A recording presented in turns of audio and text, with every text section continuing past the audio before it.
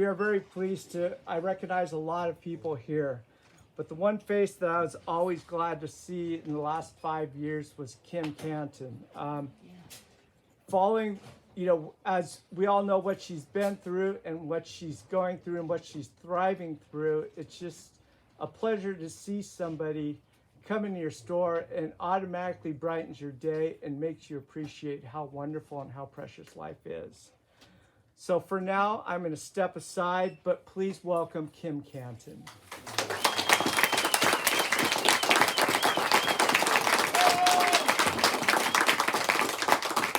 Thank you. And thank you for being here. I wrote this book in part to thank everyone, right? This town, I think, is unique in its compassion for its members. And my daughter and I certainly got a ton of it. And not just grief tourists that come in, for a few minutes and then take off.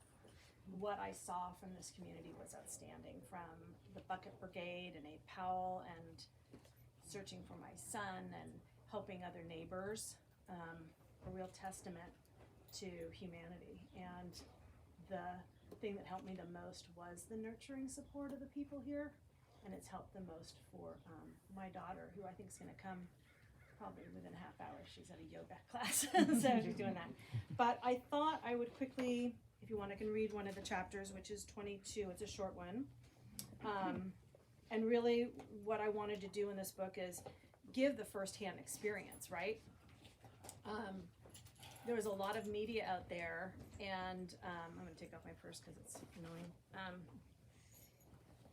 But they didn't have the firsthand story, and so I wanted to give what really happened because you guys were there helping, but I think you probably wanted to know a little bit more. So I wanted to share that with you. And Lauren was kind enough to share her firsthand story because she was the Miracle Mud Princess, and to hear what she went through and how she kept herself sane is pretty remarkable.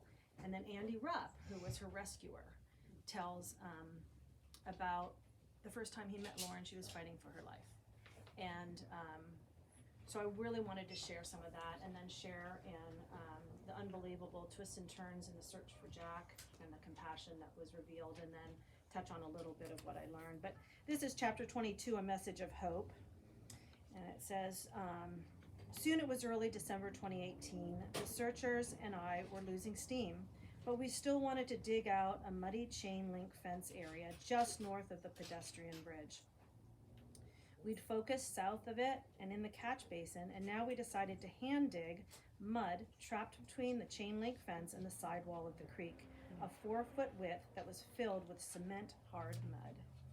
A few of us from the search team and the amazing Bucket Brigade volunteers, and some of them are here who were digging. Where's Christy, Abe's mama? You were down there digging. So was Carol, God rest her soul. Dug out by hand with pickaxes and shovels. So Christy here, think of her with a pickaxe down in a trench. Among the volunteers was Carol, a petite 70-plus woman who I had heard had a knee and hip replacements. I was in awe of her as she slung a pickaxe and heaved her scoops of heavy mud away to help a grieving mother. By now, we'd been searching for almost a year. We had cleared all the obvious areas that seemed visible with piles that could entomb my son's and baby Lydia's remains. We were getting tired, and I sensed that many of the volunteers were losing hope after such an extensive period of searching. As we dug one day, I heard Anne Brigard, yell from the corner of the chain link fence. She was wedged about 5 feet down in a crevice between the fence and the creek. I found a quilt, she yelled. A quilt? I made quilts. I had hoped so much that one day we'd find one of the quilts I'd made. What color is it? I asked. Anne was digging out a 50-pound clump of hard mud that enveloped the quilt. As she worked to free it, Anne could see the fabric color emerge. It's black and white checked on a border, she shouted. That's Cantin, I called out. Minutes later, Anne single-handedly lifted out a huge clump of heavy mud that held a queen-sized quilt as she stood precariously deep in the mud hole. She tossed it on the ground by my feet. As I laid it out, I realized that it was not just any quilt I'd made. It was the very quilt I'd made for Dave that had the silhouette of him and our son on it. It was the quilt that Dave had grabbed to take with him during the Thomas Fire evacuations. He grabbed it as one of his personal treasures that he could never replace if the house was destroyed by the fire. This Dave and Jack quilt discovery was clearly a jolt in the arm of hope for all of us, and especially for me. Out of all the things that we could have unearthed, Anne had found a treasure that was stitched with love for my late husband. That included an image of my husband and my son. It was not a random umbrella or a hammer from our garage. It was something uniquely special, found buried 6 feet under a bridge wedged by a chain link fence in the creek. This was a clear message to me not to give up hope. Keep looking was the takeaway message, 338 days after the tragedy. 338 days since I'd last seen my son. It gave the team a much needed inspiration to keep searching, and keep searching we did. The team was so inspired, in fact, Rick, who was a search and rescue handler, soon called to tell me that a few more dog handlers and search dogs were coming into town for a training event. He asked them to check out a couple areas near the side of the creek, and we scheduled it for the following weekend. During the search, multiple search dogs alerted to an overgrown grassy area at the side of the creek. Knowing that mud was unexpectedly deep at the catch basin, Rick worked to secure county flood control to clear the following week the upper portion of the creek next to where the dogs had signaled. While the dogs and the handlers were in town, aside from the grassy area of the side of the creek, we also walked the dogs around other nearby debris flow areas we'd been targeting. As we were wrapping up, I heard my phone ring, and on the caller ID it was Catherine. Catherine. Hey, Catherine, what's up? I asked. I just got a message from Jack, she explained. He said, you just walked over me. Then Catherine asked me, where are you now, Kim? Catherine, we're out with the dogs searching, just finishing up. I said, feeling a pensive hope rise in me. Gosh, Kim, I got this message about 15 minutes ago and thought it was really weird. I'm glad I called you with it now. Where were you walking 15 minutes ago, she said. The dog handlers were getting ready to leave in their cars, but with this news, I asked them to wait. I told them about Catherine's call and asked them where they had walked. They walked the dogs again over key areas, but we got no definitive alerts, and frustratingly, we did not know where the certain location was 15 minutes prior, aligning to the timing of Jack's message. Although disappointed, I logged it as a very interesting that somewhere in this general area we'd been scouring might very well be where we'd find his remains. The next week, Rick was back out working with County Flood Control excavator team, clearing an area of the creek where the dogs had alerted. I stayed away during most of this effort as someone said to me, maybe Jack doesn't want you to be around when his remains are found. So, trying this out, I stayed away for most of that week's clearing. Toward the end of the week, I swung by and saw Rick standing in the dry creek bed, while the excavator operator cleared the layers of mud in a section of the creek. Rick's sweet wife, Ellen, was on site to spot the mud and debris pulled up. That day, I saw in Rick's face fatigue and sadness. This effort at times seemed to haunt our souls. When we came up with nothing, yet we wanted so desperately for these children to be recovered. Clearly, Rick felt the sadness. I managed to keep my wits about me, even when we came up with nothing. But that day, as I walked in front of Rick, heading to my car, tears started flowing down my cheeks. Why could we not find Jack, my baby boy, I thought. This was beyond torture. We'd been looking so hard. As I neared my car, I turned to wave goodbye to Rick. He must have seen the grief on my face, and he said in such a kind voice, "Hey, Kim, if you ever want to talk about it, I'm always here."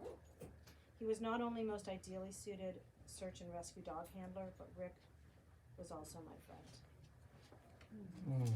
Nice.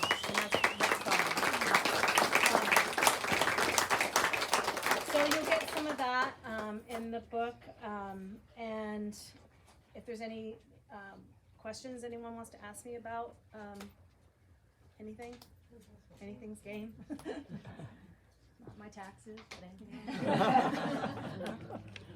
I well remember that quilt, that it was covered with mud, and I don't know how you could have identified it, honestly.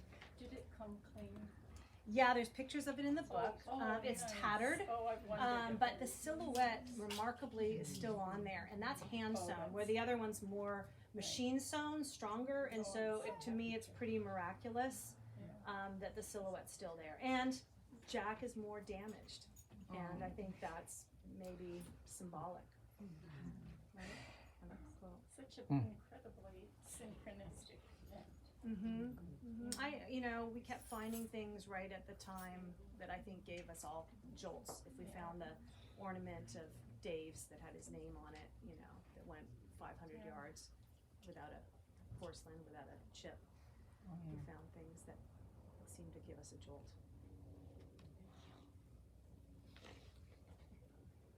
Any other questions? The process of writing the book, we had talked about it privately before. If you can tell everyone how you wrote it and how long it took you, and Sure. yeah.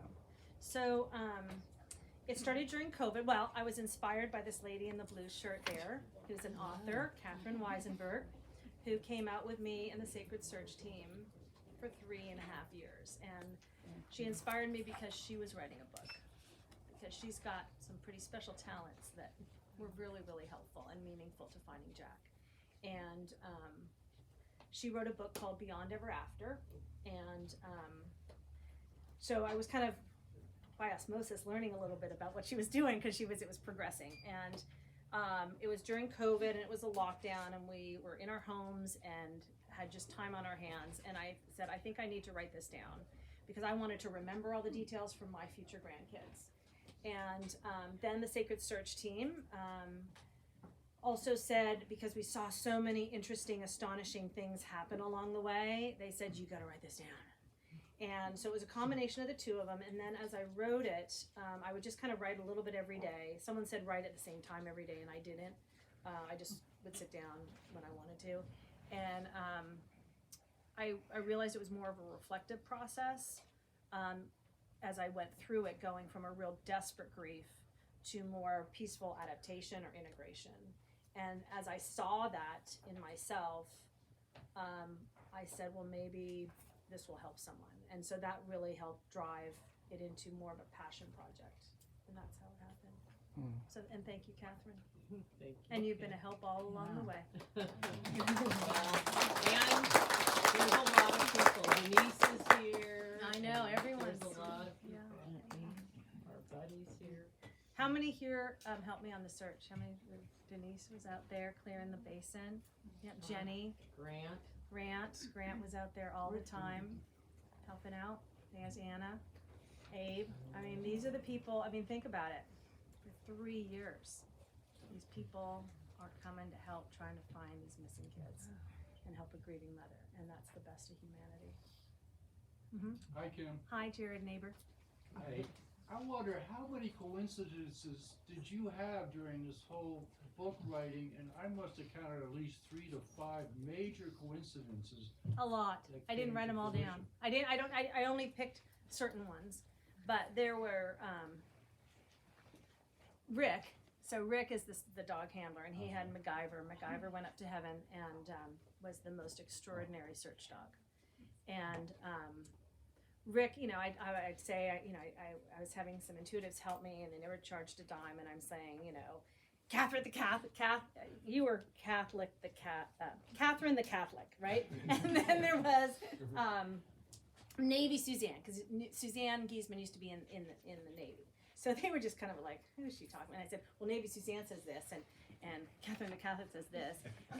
And Rick would just be shaking his head like, let's just get the dog working. And then the great story happened where they were clearing out a drain by Hot Springs in Oliveville, and I got the notice from Public Works. And so I said, ooh, they're scoping the drains to see if anything could be in the drains that were jammed up with mud. And so one of the intuitives said, there's going to be a Reuben, a Mike, and a Jeff there. I'm like, okay, well, that's a little clue. So we get out there, and I walk up to meet the guys, and they're like, hi, I'm Jeff. And I'm like, okay, hi, I'm Mike. And I'm like, all we need is a Reuben. And then Rick comes walking forward, he goes, my Hebrew name's Reuben. I go, of course it is. And so which was terrific, because he then became a cautious wonder guy. He never dismissed it, but he was just he was really surprised at that. So yeah, there was I think we're more than our physical bodies. There's stuff going on around us. So yeah. But thank you for being here, and Miss Leslie Zemeckis. Leslie here is an author of Feuding Fan Dancers and other books. And Leslie, I want to thank you. You've been a big, big support to me as a brand new author. And I'm really grateful for Proud you. of you. Thank you. Yeah. So, thank you. And what else should I do? I've never done this Well, before. a couple more questions. I'd like to know, and I think others would. You work for Fortune 500 business, kind of standoffish, professional distance. Corporate How- Kim. However, this experience, how has it transformed you personally? Look, I was in medical device as an executive. My husband worked there too. We had to be very professional. And working in the operating room would be very professional, clinical. And so I was, and I'm from the East Coast originally, so I think I was more naturally conservative. And I've changed a lot. Like I just tell my story, and I think you get it all. That's what Leslie, you said. You're like, you just put it all out there. But I'm okay with it, right? I almost lost my life, and I realized what's important is humanity, and we're all imperfectly perfect. And your neighbors, many of them who are surrounding you, they were just your neighbors or your acquaintances before, but now the transformation of the depth of relationships has gotten so much more. And if you could talk, The hedges came down in Montecito. yeah, The hedges got washed away. I didn't know Lalo, who's a dear friend of mine. He lost his partner Peter, and he was just across the creek, over a couple of hedges. I never knew him. Meeting the Kelly Mitchell, meeting Sherry Ball. Like the hedges came down, and we met some pretty fantastic people. My last question for you is the experience of writing the book, I'm sure was very cathartic. But do you feel it's changed you at all? And in what way? Marcia, what do you say? Has it changed me? She's known me for a long time. Phoenix has risen from the ashes.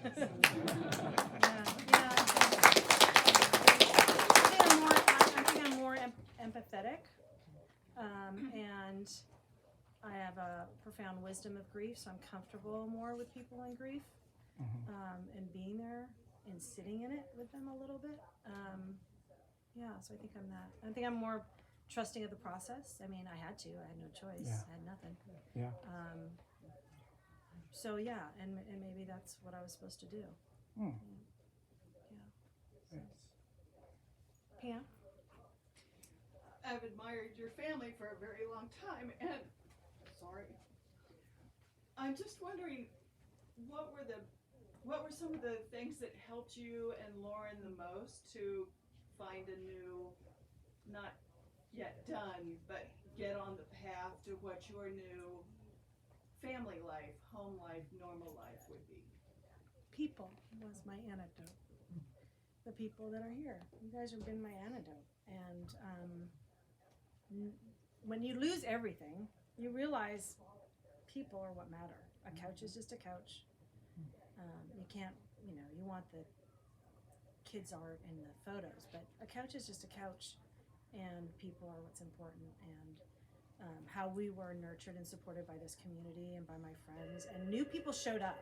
The Bucket Brigade or the Sacred Search Team. I didn't know Catherine. I didn't know you before this, right? You showed up, and so I think that's what happens is new people in tragedy or grief show up for other people. Some people lean in and some people lean out, and I embrace the people that were leaning in because I needed them.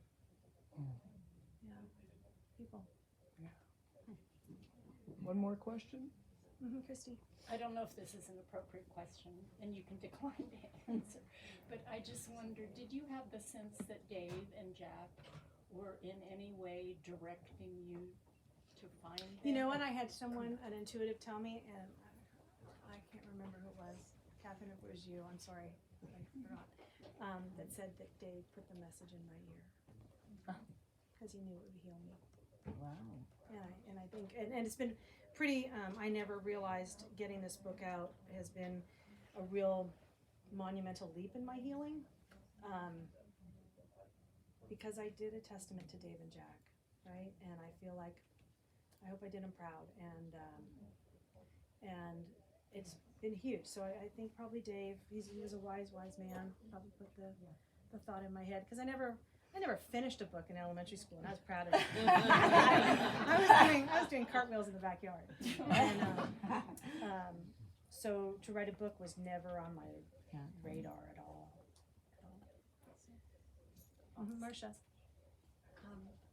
I wonder if you'd like to share when the mother deer and the fawn were nursing. Oh yeah, I wrote it in the book. So Marcia, so there was a fire. I think it was out in Goleta, and we were renting a place on Franceschi up in the Riviera, and it got scary. It was 4 a.m. I'm like, Lauren, we're just gonna go down because the power went out, and it was just her and I. And I said, we're gonna go down the Montecito Inn and just get where people are. And well, that was all full, and then Oxnard was all full, and so I ended up in Thousand Oaks at my friend's house.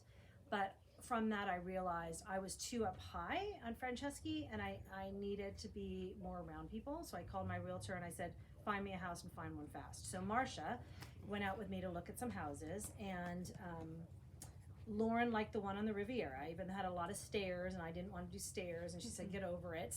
You need the exercise. And because she was envisioning, her friends over at the pool. And Marcia and I drove back after I made the decision, because from my deck, I can see the cemetery, and I saw the joy in Lauren, and it's close to the middle school where Pam, Lauren feels safe with all the teachers there, right? She said, I can get help if I need it. And so we drove into the rental after making an offer, and there was a baby deer suckling on the mother, and there was just such symbolism in the moment, right? It was just beautiful. We just stopped and just took it on in. And you said, I know which house. Yeah, I know which house. Yeah. So that was that. Awesome. Yeah. Well, Kim, thank you very much for sharing your story, and everyone, thank you for coming one more time for Kim Cantin. Thank you.